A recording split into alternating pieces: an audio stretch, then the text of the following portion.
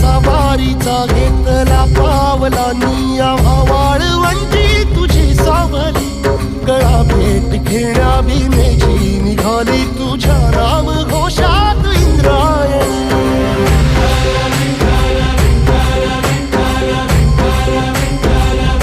भिडे आसमंती ध्वजा वैष्णवांची उभी पंढरी आज नानावली तुझे नाव ओठी तुझे रूप ध्यानी जीवाला तुझी आस गा लागली